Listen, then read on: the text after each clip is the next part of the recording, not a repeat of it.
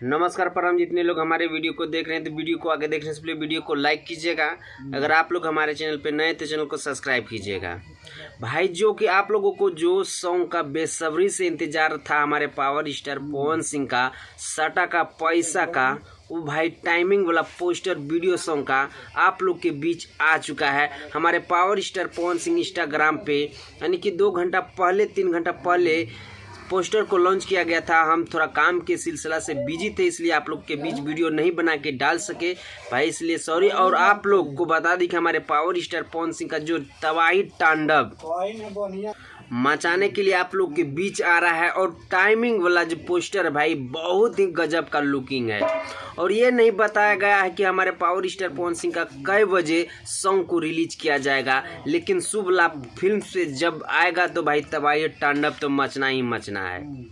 और जिस तरह की ऑडियो ने तबाही और तांडव मचा दिया, विरोधी लोग को गर्दा फाड़ दिया, इससे भी भयानक हमारे पावर स्टार पवन सिंह का वीडियो सॉन्ग में होने वाला है भाई।